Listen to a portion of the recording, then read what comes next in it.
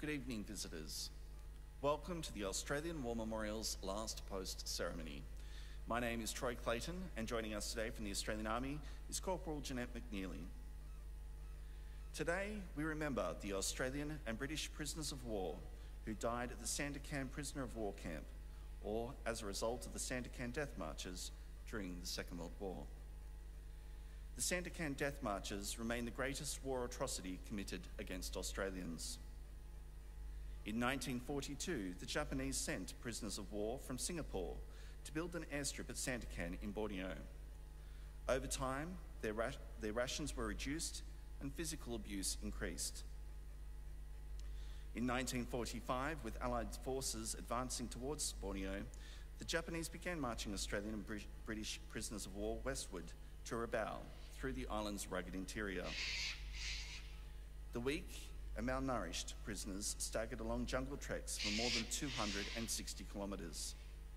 Many died en route. Their bodies never recovered. Those too weak to continue were killed by their guards.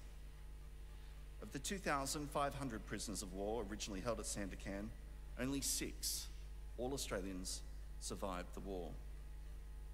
Shortly, we will tell the story of just one of the Sandakan casualties, Gunner Albert Neil Cleary. We are honoured to acknowledge Mr. David Fricker, Director General, National Archives of Australia, and the accompanying delegation.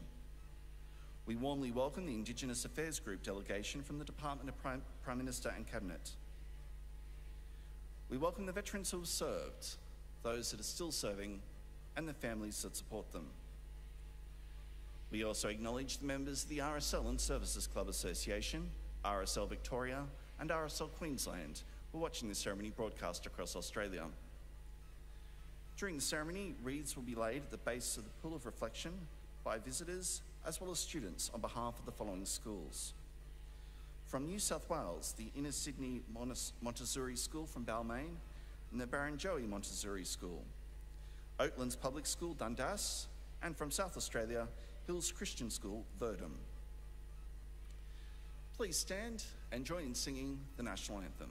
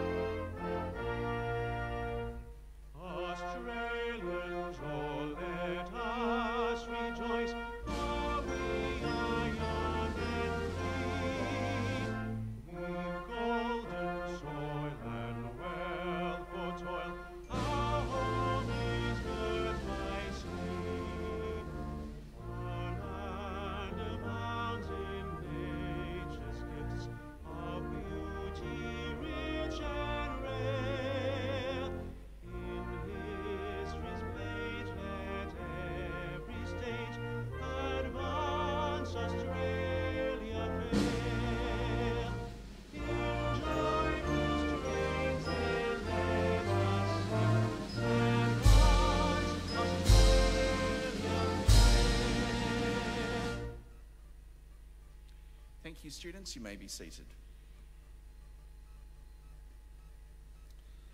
The Australian War Memorial was the vision of Charles Bean, Australia's First World War official historian. Bean landed with the Australian troops on Gallipoli and stayed with them at the front through to the end of the war. The idea of this national memorial and museum came to him at Pozières, France, in the depths of the bloody fighting of 1916. Bean's idea was that this would be a place where families and friends could mourn their loved ones buried in faraway places. It would also be a place that could help all Australians understand what these men and women had endured and what they had done for us. Bean's vision, to which we remain true, is best expressed as inscribed in the entrance to the memorial's galleries. Here is their spirit, in the heart of the land they loved, and here we guard the record which they themselves made. Tonight, we will read the story behind just one of those on the Roll of Honour, which lists the names of more than 102,000 men and women who have given their lives for us in war and operations for more than a century. But first we present a lament, Flowers of the Forest. Wreaths or floral tributes will now be laid at the base of the Pool of Reflection.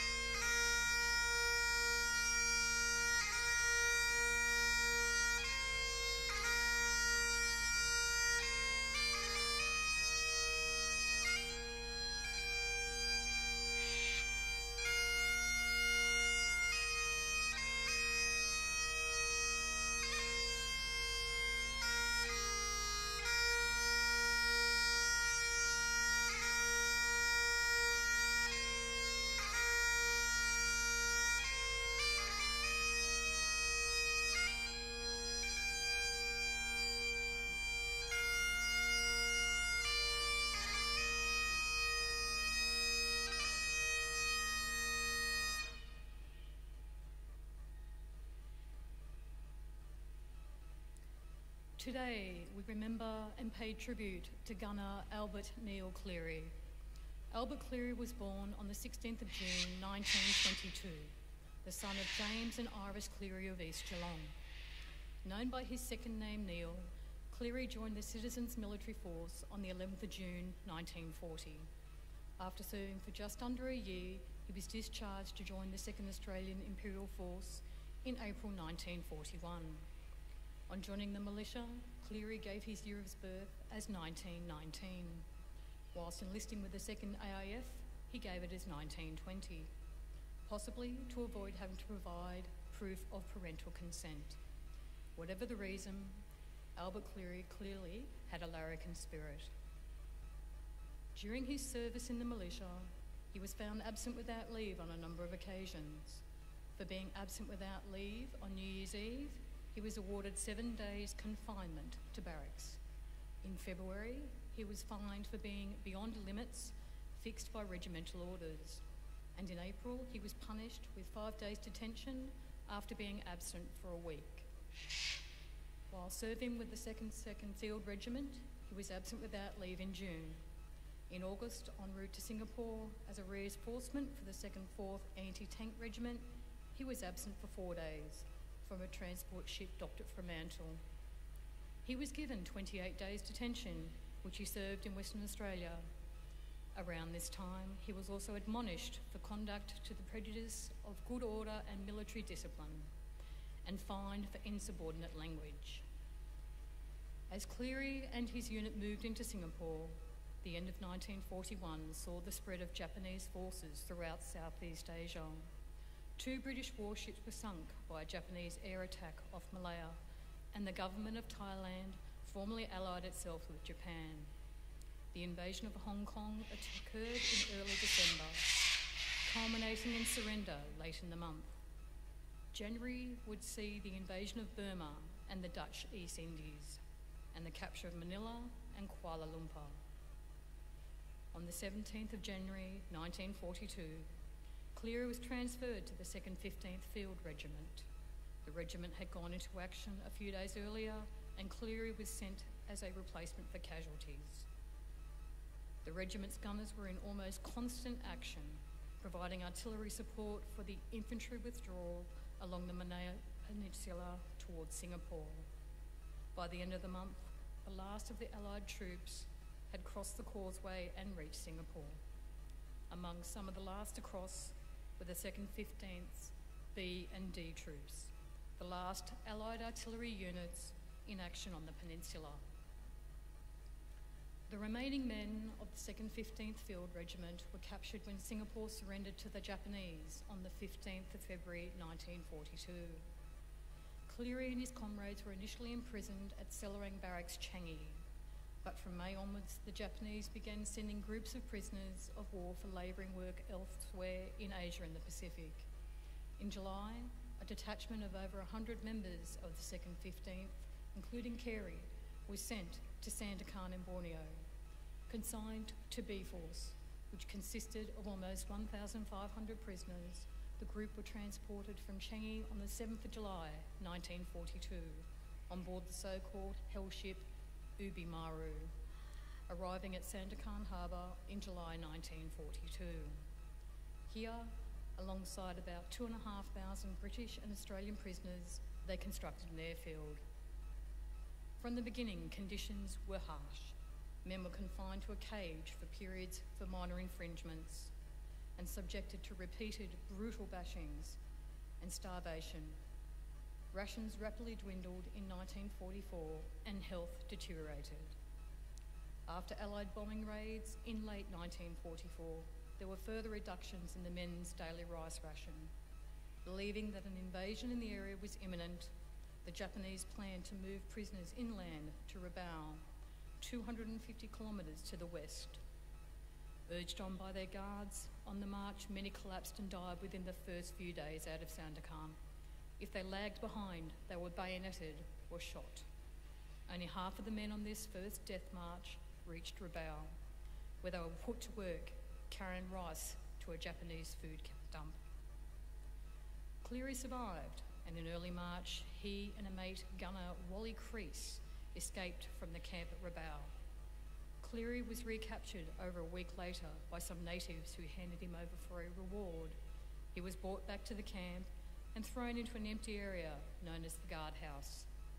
Already suffering from dysentery and acute enteritis, which had plagued the camp, he was tied to a tree outside the guardhouse and beaten with rifle butts, sticks, and anything else to hand. The beatings continued the next day, and when Crease was recaptured, he received the same treatment. The next morning, Crease was released to get a drink of water, and while the guard's attention was diverted, managed to stumble away from the guardhouse. After shooting the would-be escapee, the guards vented their anger and frustration on Cleary using fists and rifles. Prisoners who asked to tend to him were refused, and those who tried to help, talk to, or feed him were severely beaten. Covered in blood and bruises and dirtied by dysentery, he remained tied up until his friends were allowed to tend to him 11 or 12 days after the beginning of his ordeal. At a nearby creek, they tenderly washed him before carrying him back to the hut, where he died in their arms. He was 22 years old. Initially buried at Rabaul, No. 1 camp, his body was recovered after the war and reburied in Labuan, War Cemetery. A memorial was later erected on the spot where Cleary died. The Renau Memorial commemorates the Australian and British soldiers who died on the death marches from Sandakan to Renau, and those prisoners who died at Rabaul. In 2011, Cleary was awarded a posthumous commendation for gallantry. His name is listed on the Roll of Honour on my left, among more than 40,000 Australians who died while serving in the Second World War. His photograph is displayed today beside the Pool of Reflection. This is but one of the many stories of service and sacrifice told here at the Australian War Memorial. We now remember Gunner Albert Cleary, who gave his life for us, for our freedoms, and in the hope of a better world. Please stand for the reading of the Ode and the sounding of the last post.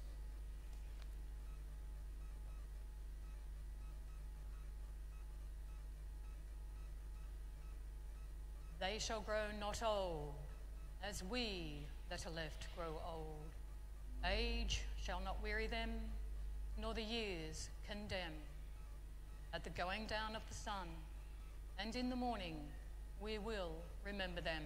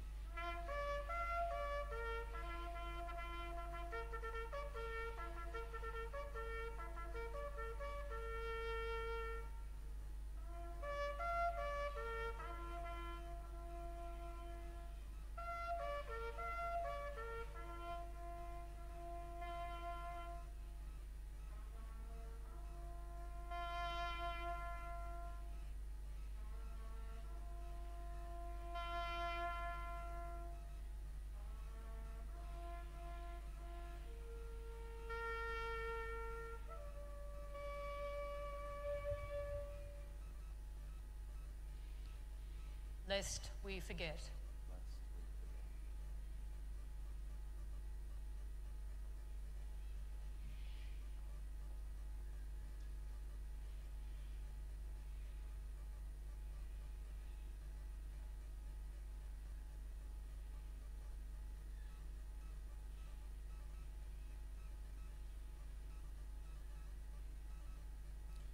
We leave you this evening with the words of the memorial's founder, Charles Bean. Many a man lying out there at Pozières or in the low scrub of Gallipoli, with his poor, tired senses barely working through the fever of his brain, has thought in his last moments, well, it's over. But in Australia, they will be proud of this. Ladies and gentlemen, girls and boys, that concludes the last post ceremony. We'd like to thank you for visiting the Australian War Memorial. Wish you all a very good evening. Thank you.